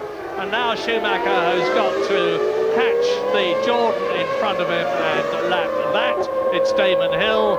And meantime, David Coulthard in the McLaren is continuing to slice his way through the field, metaphorically, not actually, as he comes down to the Rivazza again. Turn 13 out of 17 corners on this track. Round turn 14, now underneath the bridge and into the Variante Bassa, the right-hander, which leads to the Traguardo, down to 55 miles an hour, accelerates through. Now, he was 23 seconds ahead of David Coulthard at the end of the 39th lap, 40th lap, and he's into a new lap now, and I'm watching the computer to see where Michael Schumacher's gap will come out, because we're still waiting for the Ferrari to go through. 23 seconds was the gap as you look at the mechanics there waiting to refuel their car. And David Coulthard is driving an absolutely superb race. He hasn't put a wheel wrong. He started from pole position, he kept that lead, and he's made his pit stop. Well, the only thing that, I mean, David is supremely fit. That's not an issue. The car appears to be okay, but clearly there still could be drama ahead. Back markers, he's got another pit stop to make, so it's still a long way to go. Now, the McLaren and the Ferrari, Coulthard and Schumacher, are matching each other's time. 10th of a second to 10th of a second. There was only a 10th of a second in it last time, and the result is that the gap between them is identical, 23 seconds. Now, Frentzen has to push. Lacey's made his pit stop. Frentzen will be 2 or 3 laps later, I believe. Frentzen has to push, and in fact, as I say that, he does his fastest lap of the race. In fact, the fastest lap last time ran a 30.2. If he wants to re-establish himself in front of a Lacey, a 9.9 second stop, not particularly good for a 2-stop race. Frentzen apparently is coming straight in. I'm a bit surprised they don't leave Frentzen out there doing that kind of pace to get him ahead of a Lacey. Yes, David Coulthard still the fastest lap of all in this race, 1:29.49, and that is exactly 4 seconds to the nearest 10th slower than last year's lap record put up by Heinz-Harald Frentzen, as the Williams mechanics there standing in the pit lane, and Michael Schumacher goes through. David Hill moves over and lets him through. Damon Hill, who is in 8th position, Michael Schumacher, who is in 2nd position, now 24 seconds behind Coulthard. Well, Jordan haven't scored a World Championship point yet this year, and Damon back there in 8th place. It's going to be tough for him today again. It's really just not falling for them. Lap 42, 20 laps to go, race order. Coulthard leads Schumacher by 24 seconds. Schumacher is 30 seconds ahead of Irvine. Villeneuve is 4th, Lacey is 5th. Frentzen is in 6th position, and Frentzen is now in the pits. So Lacey, Panis, Hill is the order behind them. Well, unless they needed to come in for fuel, I'm surprised they didn't leave Frentzen out for 2 or 3 more laps, because he would be light on fuel. He can lap faster than a Lacey, and I think they would have put him ahead. As it is, it's going to be touch and go. Where is Jean Lacey? Lacey coming down the pit straight now. It's got Frentzen ahead anyway. That 30.2 made all the difference. Williams made a good stop anyway. Remember, Lacey's stop was 9.9, was a bit slow. So Williams have made the right decision. They've got their man back ahead. Yeah, and in the process, Coulthard has lapped Frentzen, and there is a Lacey closing up on the Williams ahead, but he's got it all to do now, because catching him is one thing, getting past Frentzen is going to be quite another. News from James Allen in the pits. All kinds of fun and games going on at Ferrari here, Murray, because this time they're all ready, and it's Schumacher's tyres are. I can tell that because they're plain black. They haven't got the red tabs on them. Irvine's tyre covers have got red tabs on them. So the tyres are all out, but neither driver has been given the inboard. And McLaren is staring down, trying to work out what's going on. And the real cat and mouse from Ferrari here, very interesting. So David Coulthard leading Michael Schumacher on lap 43 by 24 seconds. Yes, you saw the Jordan mechanics there giving the fuel flap of Damon Hill's car an extra prod, just to make sure that doesn't come up, as happened with Ralf Schumacher. So Coulthard merrily on his way. He's just lapped 5th place man. And we're on board now. You're on board. You are leading the San Marino Grand Prix. You're into Rivazza 1. David taking it very, very easy, I have to say. I was watching him earlier through 2, Rivazza 2, and really he was just waiting before he got on the gas. His car is working beautifully. Well, Eddie Irvine isn't taking it easy. Here he is in 3rd position behind Ralf Schumacher's 9th place Jordan, going through, or trying to go through to lap it. And Irvine has got Jacques Villeneuve behind him, so he will need desperately to get past Ralf Schumacher, because Jacques Villeneuve can see what's happening just as well as you can, and Villeneuve will be having on the pace as much as he possibly can to close with Eddie Irvine in 3rd position before the Ferrari. No, he doesn't, because the Ferrari goes past the Jordan. Now Villeneuve's got to do exactly the same thing. I think Villeneuve passed him easily, because Ralph got well out of shape actually going into that chicane. Had to turn in very early, and Villeneuve sweeping past easily. We saw Eddie Irvine make that mistake into Tamburello running onto the grass. That's obviously given Villeneuve renewed enthusiasm. Yeah, and just rightly so, because look at the way he's eating into the gap between himself and 3rd place Eddie Irvine as they turn into the Traguardo. That's Damon Hill. So now Irvine looking in his mirrors and seeing the Williams Mechachrome big in those mirrors, has got to face catching up to Damon Hill and getting past him. And that's not going to be at all easy, because Damon is going as quickly as he can. He's in 8th position. He wants to catch and get past Panis and get up into 7th place, and hopefully a Lacey and into the points for the first time for a Jordan this year. Well, McLaren getting ready for a pit stop. There's the McLaren boys. And obviously it'll be David's 2nd and final stop. In fact, he's in the pit lane. Coulthard is in the pit lane. And Ferrari boys have gone back in. Oh, they've got to get David out. He's 23.7 seconds ahead. a good stop will keep him in, give him track position still on Michael Schumacher. He doesn't want to come out on the racetrack behind Schumacher. That'll give Schumacher some kind of leverage, and there's no point in giving that away to him. And I think David is going to stay in the lead. His second stop, yes, his second stop has kept him in the lead, and now hopefully he can make the most of that. Schumacher's got to stop again. Very close indeed. Michael Schumacher went past me just as David Coulthard was exiting the pit lane. Now, we need to see on our monitors what the positions are, but in the meantime, there are Irvine and Villeneuve, third and fourth. Well, Schumacher coming in the pits. You see Schuey locking up his wheels, trying to get down to the 80k speed limit. Sorry, that's Irvine. Irvine locking up there, and also the Ferrari of the Williams of Villeneuve is in. This is a race for to get back out, and the Ferrari team have won it. Irvine back out on the track, some kind of problem. What's happening to Villeneuve? It looks like they were pushing the fuel flap down or something like that. A slow stop for the Williams, and well, Jacques got it all to do again. Yeah, that was very, very bad luck for Jacques Villeneuve, because it was a very close run thing. If they could have been just a bit quicker, he could have got out ahead of Eddie Irvine and got that third position. He didn't. We're on lap 45 now. 62-lap race. Here is Eddie Irvine on those new Goodyears, but it's a Bridgestone-shod car that's leading David Coulthard. Goodyear are second with Schumacher. Goodyear are third with Eddie Irvine. There are the Ferrari mechanics. Goodyear are fourth with Villeneuve, and fifth with Frentzen, and sixth with Alesi. Indeed, the next top Bridgestone runner after David Coulthard, race leader, is Olivier Panis in seventh place. Well, Coulthard did just stay in front of Schumacher. They're just 1.4 seconds apart. There you see them. There you see them. Schumacher yet to stop again, but that's such good news for David, because at least if Schumacher had track position on him, he could have played around in some way, and we know Schumi's not against that kind of thing. So we're expecting Schumi in at the end of this lap. Yeah, and that's, I mean, what you're looking at now is a full storm for Michael Schumacher and for Ferrari. There are effectively about 20 seconds between them, because Schumacher, as you rightly said, Martin, still got to come in and make another stop. David Coulthard's made his last stop. He's on lap 46 out of 62, looking very good indeed as he climbs up towards the Variante Alta, the right, the left chicane at the highest point of the circuit. This is where they start to drop down, and it's Coulthard leading Schumacher. Irvine is still third ahead of Villeneuve.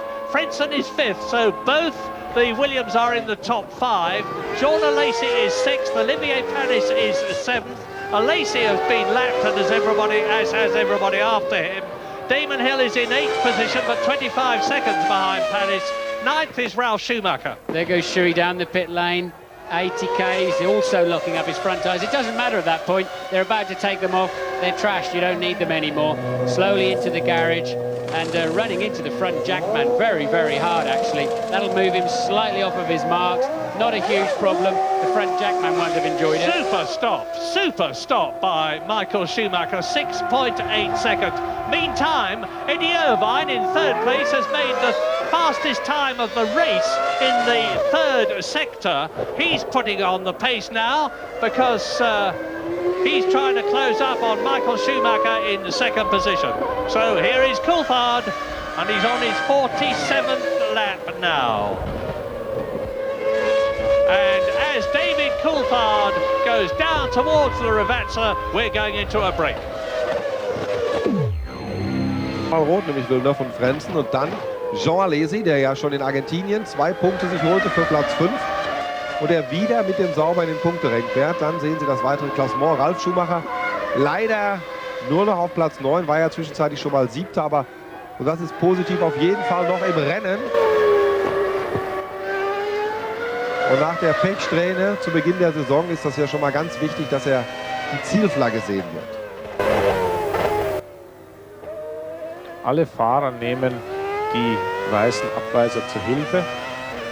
Solange man einen schönen Rhythmus hat, macht das nichts. Aber wenn man da einen kleinen Fehler macht und das Auto so ins Schaukeln bringt, dass es zum Springen beginnt, dann hat man sehr wohl ein Problem. Das haben wir in den Trainingssitzungen immer wieder gesehen, dass dann nicht nur die Hinterräder durchgedreht haben, da kann es sogar so weit kommen, dass sich das Auto dreht. Aber David hat hier alles unter Kontrolle. Jetzt der Rückstand wieder knapp über 20 Sekunden. Die 1,4 vorhin vor dem Boxenstopp waren ein schönes Intermezzo.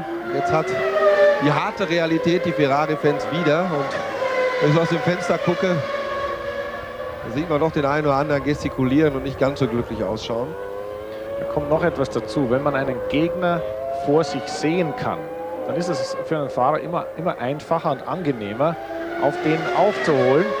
Da kann man sich richtig in den Gegner verbeißen. Ansonsten fährt man ja, wie hier Michael, nur gegen die Uhr.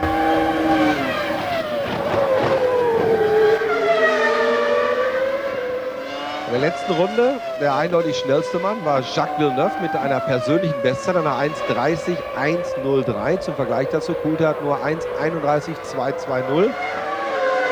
Heinz-Harald Frentzen 1:32,012. Also 2 Sekunden in der letzten Runde langsamer als Jacques Villeneuve. Der da doch sich wieder anschickt, so ein bisschen die Verhältnisse gerade zu rücken. Es gab ja gerade unter den deutschen Journalisten einige... Lap 49, getting towards the closing stages of the 62-lap San Marino Grand Prix as you look at Michael Schumacher, who got within 1.5 seconds of David Coulthard after David made his stop, but now the gap is 18 seconds. And Michael Schumacher is travelling. He's the fastest man on the track. He's just gone round in 1 minute 23.9.3. If I had a radio link to David Coulthard, I'd be saying you're backing off a bit too much, David. You're taking it a bit too easy. The gap's down to 18 seconds, 15 laps to go.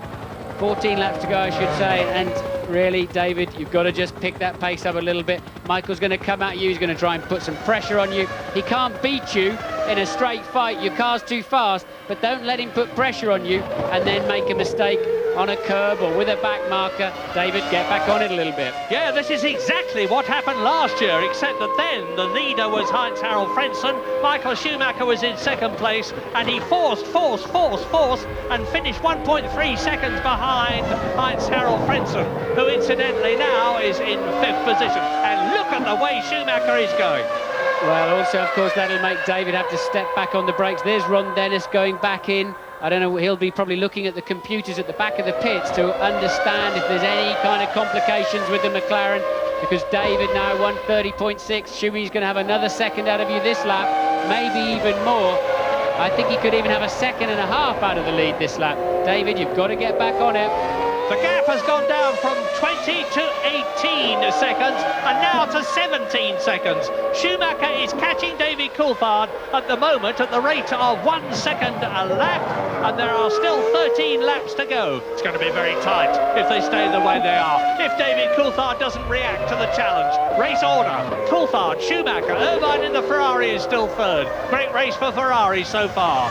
Villeneuve is 4th and Frentzen is 5th. Better for the Williams than it has been this year. Alesi is 6th, Panis is 7th, Hill is 9th, Hill is 8th, Schumacher, Ralph is 9th, Tuero is 10th, Salo in the Arrows is 11th. The last runner is Ricardo Rosset in the Tyrrell as you watch David Coulthard going through the left-hander, and the drivers who are out of this race are Takagi, Tyrrell, Trulli, Prost, Nakano in the Prost, in the Minardi, Diniz in the Arrows, Hakkinen in the McLaren, Fisichella in the Jordan, Fisichella in the Benetton, Wurz in the Benetton, Herbert in the Sauber, Magnussen and Barrichello Stewart. Schumacher already a second up on this current lap, and on an absolute charge. You cannot give that guy a sniff of a race win because he'll take it. There's Schumi coming out of Rivazza. David's in the pit straight. The difference was 17.2 seconds. This time it's going to be late 15s or early 16-second advantage. And now, David, you have to go. So 17 seconds was the gap, and now it's 16. Now this is the 4th lap in succession that Michael Schumacher has taken a second out of David Coulthard's lead. 16 seconds, 12 laps to go. Schumacher's got to go faster yet. David Coulthard can hold him off if they keep going. There's Ron Dennis and Pat Fry, who is one of the McLaren race engineers on the left. He's David Coulthard's race engineer, and I bet they've been on the radio to him. At the moment, David is a 10th up on this lap. David a 1/10 of a second up. He's got a back marker in front of him. He should be able to sail past him very easily. Yes, he does. Moves out of the way. And let's see the midsection slow. He obviously lost some time behind that car. And you can see David attacking the curbs a little bit harder now. And now Michael Schumacher has taken the fastest lap trophy, as it were, off David Coulthard that we're looking at. 1 minute 29.3. Right, and Coulthard lost 8/10 to Schumacher in the midsection. So Schumi another 8/10 up. Well, this is great stuff. Either David Coulthard is very, very relaxed and pacing himself, or Michael Schumacher is almost too good for him. But 16 seconds was the gap. There is Ron Dennis. There on the left is Ross Brawn. Next to him is Jean Todt, who is the Ferrari boss. And over the line goes Schumacher, and the gap comes down to under 15 seconds. It's gone from 20 to 19 to 18 to 17 to 16 to 15. And that is the gap at the present moment. It's an all-out race with 11 laps to go at Imola for the San Marino Grand Prix between David Coulthard, who has yet to win this year. We're going to a break, but we'll be back soon, and the gap at the present moment is 15 seconds. What will it be when you rejoin us? Oder das, was von dessen Stimme noch übergeblieben ist, denn der kollabiert hier fast, der brüllt in sein Mikrofon und sie kriegen irgendwie mit, wieder ein bisschen näher rangekommen. Dann geht hier wieder Jubel durch die Tribüne oder über die Tribüne, da stehen sie auf, ballen die Fäuste und haben die Hoffnung auf das rote Wunder noch nicht ganz aufgegeben.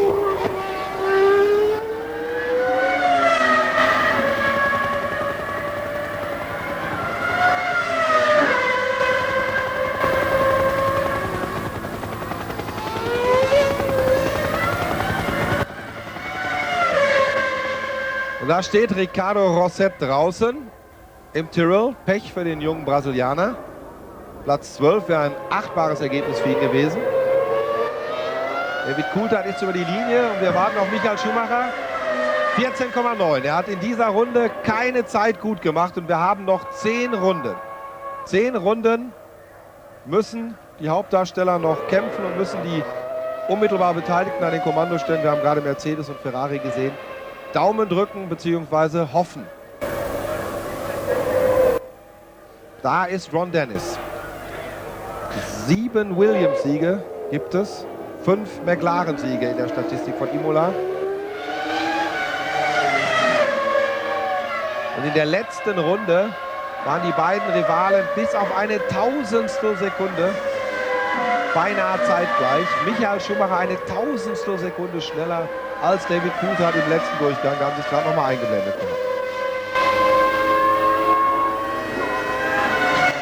Ein ganz eigenartiges Problem, was in solchen Fällen für einen Fahrer auftritt, ist, ich nehme mal an, dass Coulthard keine Probleme hat.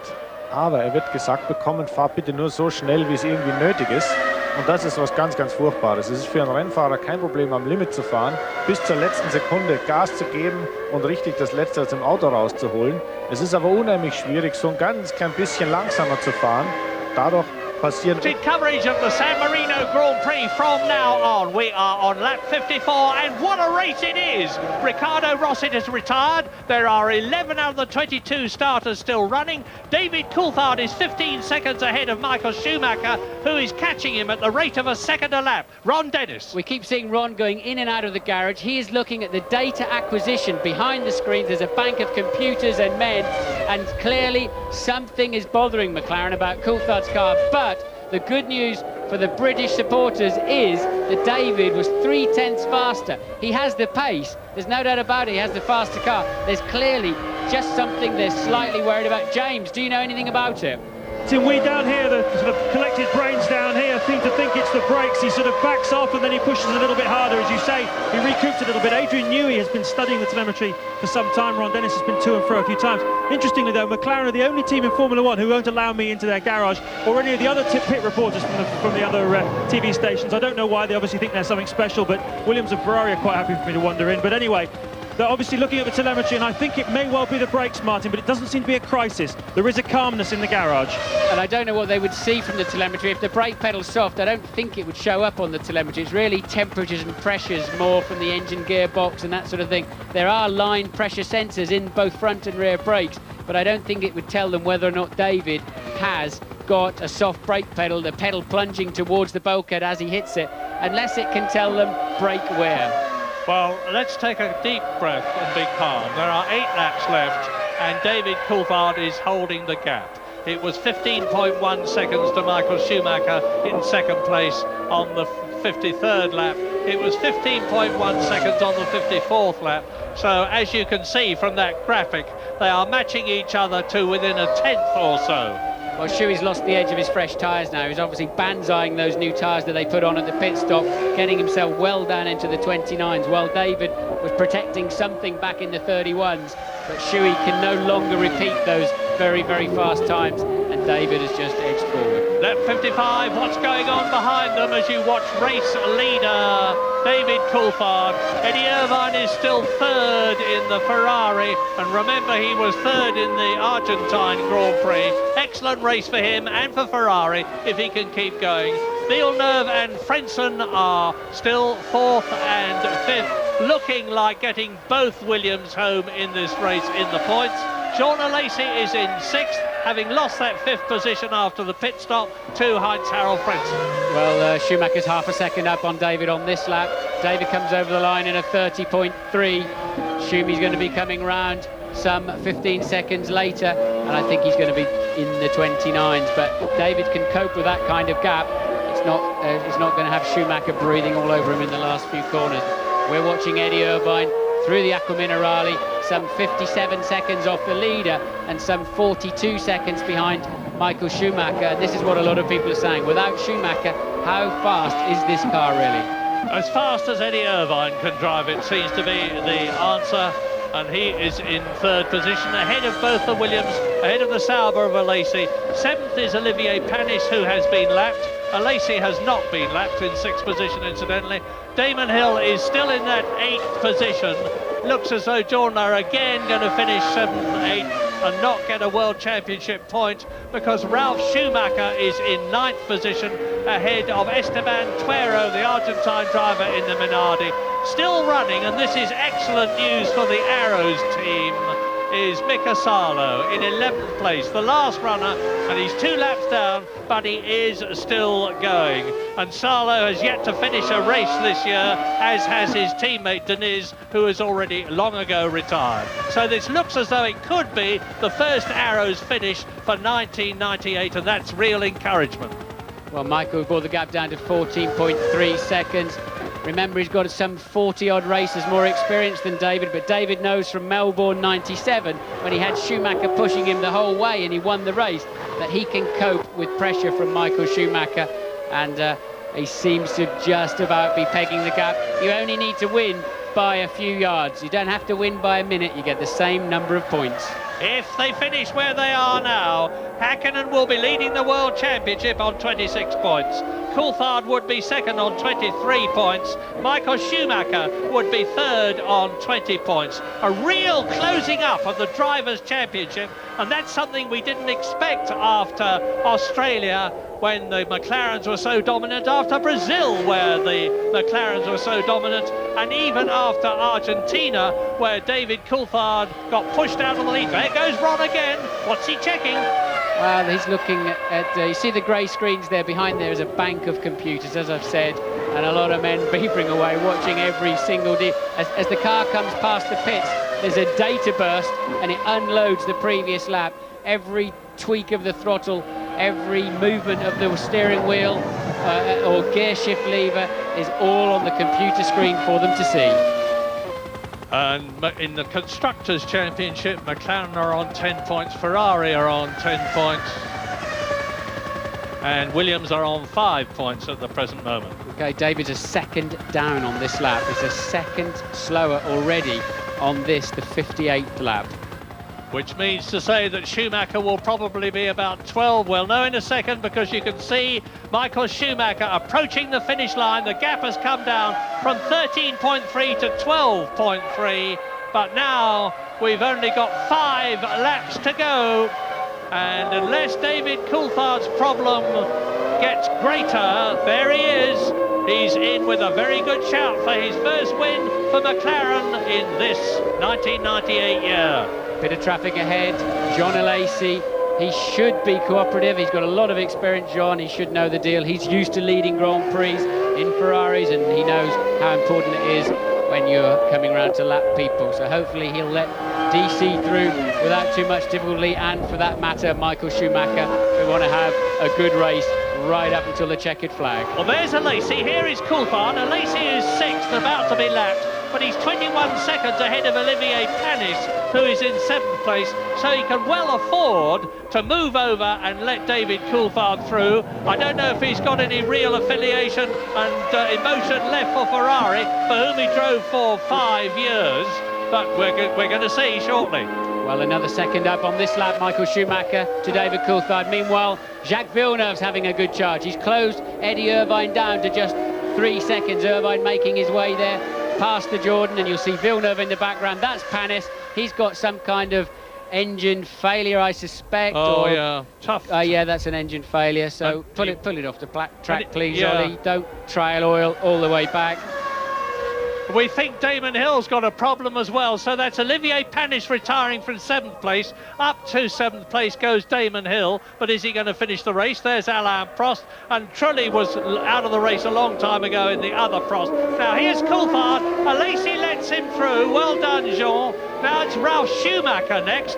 Now, I don't suppose Ralf Schumacher will know where his brother is and what the relationship is between Coulthard, that you are watching on his 59th lap out of 62, and Ralph's brother Michael. Well, he's far enough back for us not to see him in that shot, Michael Schumacher. Well, if Coulthard's carrying a problem, he's carrying it very well. He's keeping his head very calm, because Michael is relentlessly closing him down, but David is keeping it steady through the back markers, not getting ragged, not getting all over the curbs and the grass.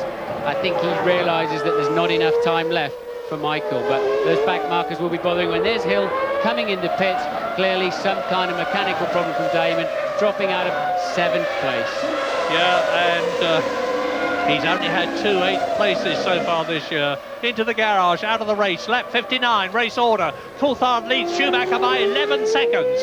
Irvine is 3rd in a strong position, but Villeneuve is 2 seconds behind him and really flying. There is Jacques Villeneuve, 4th position. 5th is Heinz-Harald Frentzen, 20 seconds behind his teammate. 6th is Jean Alesi, who's been lapped.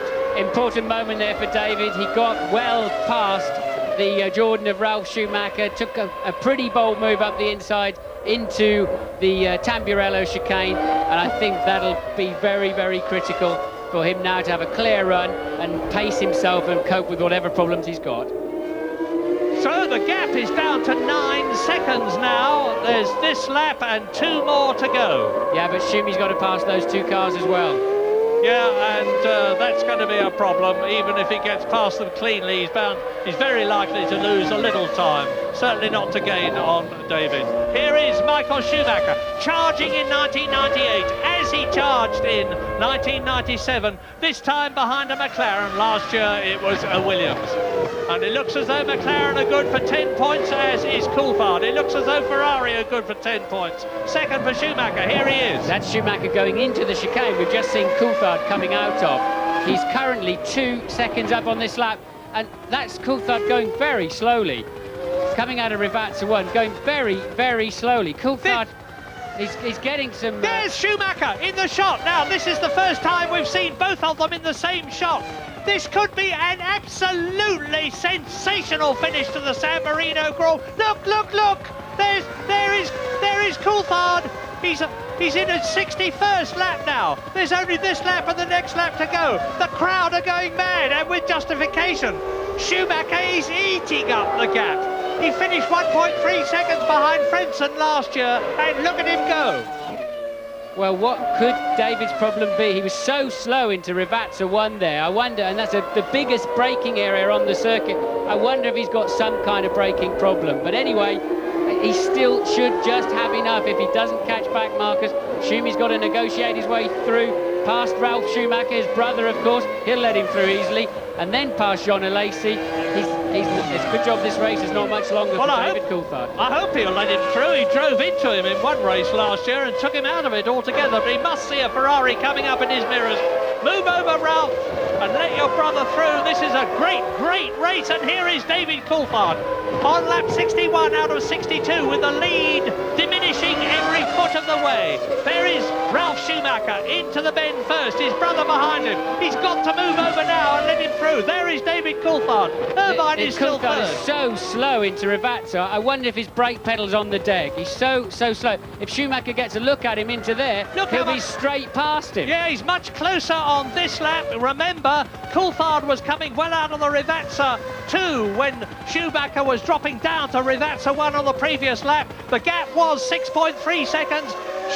Coulthard's on his last lap, and the gap now is 5 seconds. I don't think Schumacher can do it, but I could be wrong. Well, Schumi had to pass his brother. He lost one. He found 1.2 seconds on David on that lap. I just hope David's brakes are going to stay. I'm pretty certain now he's got very, very little brake pedal in that car. And it's going to be the Rivazza that decides it, because that's where David Coulthard is notably slow. And they're coming out of the Tosa bend now. Into it goes Michael Schumacher. There is Coulthard, there is Schumacher. Coulthard climbing up towards the Piratella and out of it. There, my God, this is going to be an absolutely barnstorming finish. Coulthard down into the Acqua Minerale bends, climbing up to the Variante Alta. And if Schumacher gets up behind him at the Rivazza, we could see a Ferrari win, and the crowd here will go absolutely berserk if that happens. Okay, David, keep your head. He's not going to get at you.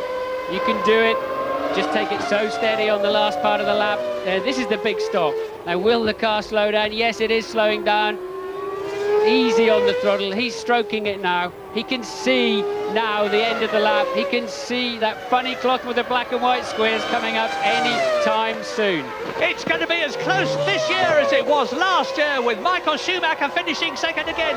But David Coulthard brilliantly wins the San Marino Grand Prix, and Michael Schumacher finishes second, 4.5 seconds behind him. What a wonderful finish to the first race in Europe for 1998. And David Coulthard deservedly gets 10 World Championship points.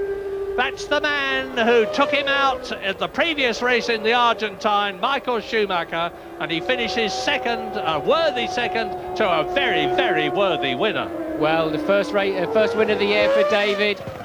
Coulthard, McLaren, Mercedes-Benz, they really were the class of the field. They deserved the 10 points. I can't wait to hear what the problem was at the end. And then Michael Schumacher, as ever, driving a brilliant, brilliant race. Eddie Irvine coming home for the final podium position. 2 Ferrari drivers on the podium, and the crowd are standing up in front of us, waving their red flags, clapping. They're so, so happy. But Coulthard was the man on the day. Yeah, but hats off to Eddie Irvine too. A super race from Michael Schumacher, but Eddie Irvine has shown that Ferrari are almost back in the picture. Williams have still got a lot to do, but at least they've got both their cars home, because there is Heinz-Harald Frentzen finishing in 5th position. His teammate finished in 4th place. In 6th position will be Jean Alesi. No, he is, because he's already been lapped. Jean Todt looking as impassive as ever, notwithstanding the fact that his cars have finished 2nd and 3rd. And now we're on the wind-down lap, riding with race winner David Coulthard from Twynham in Scotland, his 62nd Grand Prix, and he's won it. That's 4 Grand Prix wins for him with Williams and with McLaren. And now look how close the Drivers' Championship is. Häkkinen, 3 points ahead of Coulthard, is still in the lead. Coulthard is second in the Drivers' Championship, only 3 points ahead of Michael Schumacher. 6 points separate Häkkinen and Schumacher, first and third. Eddie Irvine is still in 4th position after his 3rd place in the race here. Heinz-Harald Frentzen is in 5th place. Alexander Wurz is 6th, and world champion Jacques Villeneuve has still to break in 1998 into the top 6 of the World Championship. Now, in the Constructors' Championship, those 10 points that David Coulthard got for McLaren have lifted the team to 49 points. Ferrari are on 31 points, and Williams, who had 8 points when this race began, as a result of Villeneuve and Frentzen, have got a few more expiries as Eddie Irvine draws up alongside Michael Schumacher, second and third in their Ferraris. Well, it's all about red caps and scarlet flags here at Imola, and the fans, the Italian fans, can go home feeling very pleased indeed, because although David Coulthard won a superb race for McLaren, and let's not forget the Mercedes-Benz engine and the Bridgestone tyres, because the Bridgestone score now is 3 wins to Goodyear's 1, and of course